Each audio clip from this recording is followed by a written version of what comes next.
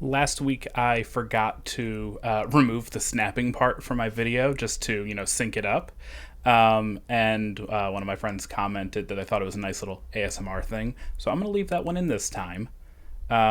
Also, another one of my friends who knows who they are commented positively about the rainbow scarf that I normally wear in my pictures, or bandana. So I decided that I'm going to accessorize a bit more. I started watching YouTube videos of another creator who does flower crowns, and if you can see Bluey above my head, you already know that I'm a fan of flower crowns anyway. I think I have another one, yeah, hiding on the shelf there. So I'm going to start incorporating all the cute little costume things I like to make, because this is my channel, and so I get to make it as cute as I'd like. Last week, I went to Aquatifur. It's a furry con held at an indoor water park in Wisconsin Dells. I've never been to Wisconsin before. I've never been to Aquatifur before. It's the first furry con I've been to that wasn't Megaplex in Orlando. And I went there to meet up with a friend, and we had a great weekend together. It was a lot of fun being able to just hang out, relax, get away from life and everything. I didn't bring my computer or anything with me, so I didn't look at all the stuff that's been going on everywhere lately. And it was really nice just to have a break among people who just wanted to, enjoy having a fun time and hanging out together. And I also got to meet a lot of really wonderful people while I was there. I think that was definitely the highlight of the whole event, was all of the great people that I got to meet.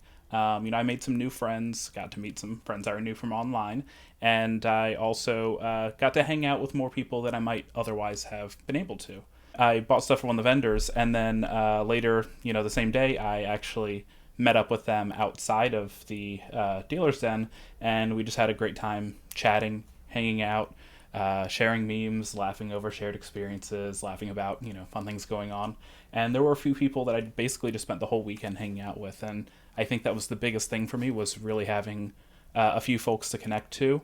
Again, folks I already knew, but also a few new folks that I'd never met before, and now I have some new friends that I hopefully get to see again soon. Nothing but positive to say about that con. It was a little bit different, that I'm used to, both for the size, it was a little bit smaller, but also, the type of venue and the setup for it. The whole thing was a really great experience. I'd love to go again.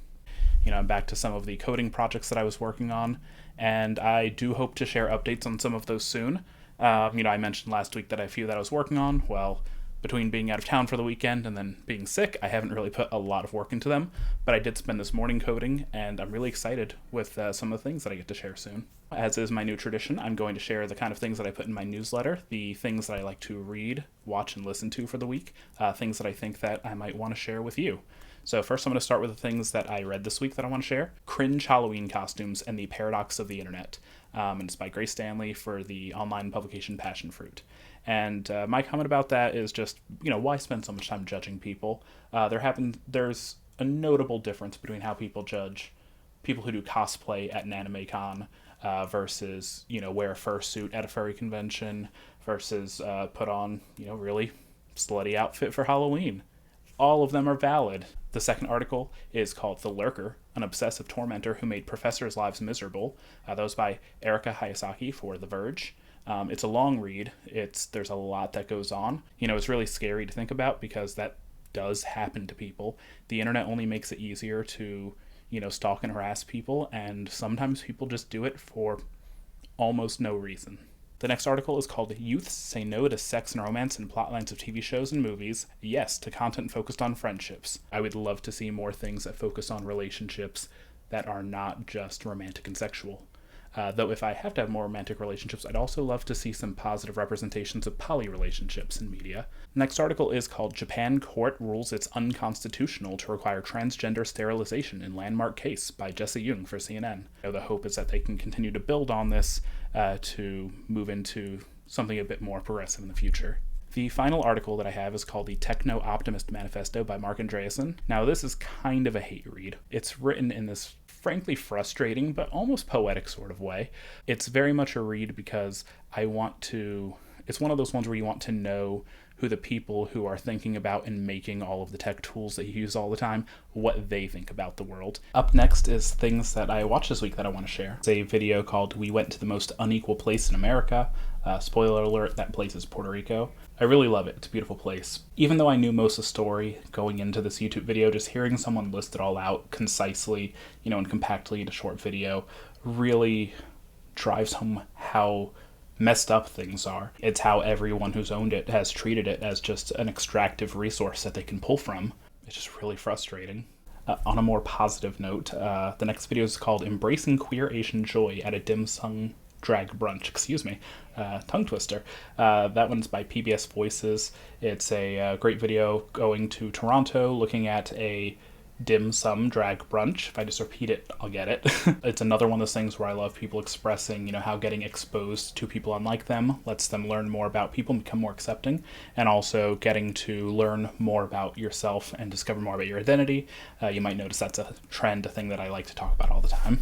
The next video is a James Somerton video called The Gay Horror Manga You Should Be Reading. I think it's really interesting to have a story set with the perspective of, what we'd consider probably a monster or a supernatural spirit, but instead of being scared or being scary itself, there's love and affection being shown there between the monster and the main character. Speaking of horror, the next video is just a really short one from Game Grumps called How He Made Homebody. It's an interview with the two people who made the game. I'm very interested in knowing that the game is about mental health struggles made from the perspective of people who have those struggles and not meant in a way to be exploitative. It's not saying, hey, these people are crazy because they have mental health issues.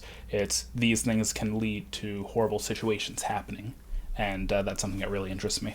The final video is called My Typical Distance. It's just a short animation. It's a cute little one about people talking about where they like to sit for concerts. And, it's short, funny, and cute.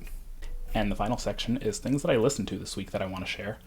So the first is Scary Movies on Wikipedia, just a short new music video from Tom Cardy. I have very much been in his shoes where there are going to be movies that I know I'm probably not going to watch, but I will definitely read their plot on Wikipedia so I know what they're about. The next is called The Humans in the Machine, and it's about people who actually make AI systems.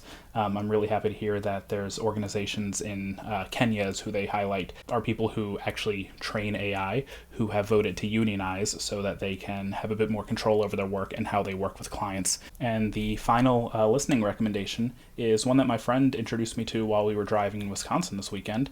The podcast is called Scamfluencers, and the episode that we listened to is called The Fortune Teller's Fraud. And this particular one is a really crazy case about a fortune teller and her family of fortune tellers who were just scamming people for decades out of millions and millions of dollars. It's a little outrageous, and it's honestly kind of shocking. And with that, again, I want to leave these pretty short so they're not too long for you to watch. I hope if you've watched the end, thank you very much. I appreciate you sticking around with me. I'm thinking about doing something different soon, maybe like a Q&A, or taking some suggestions. A lot of my friends who do YouTube have, watched my videos and give me suggestions on things to try, and I would love to try something different and see what y'all like. So thank you very much, and I'll see you next week.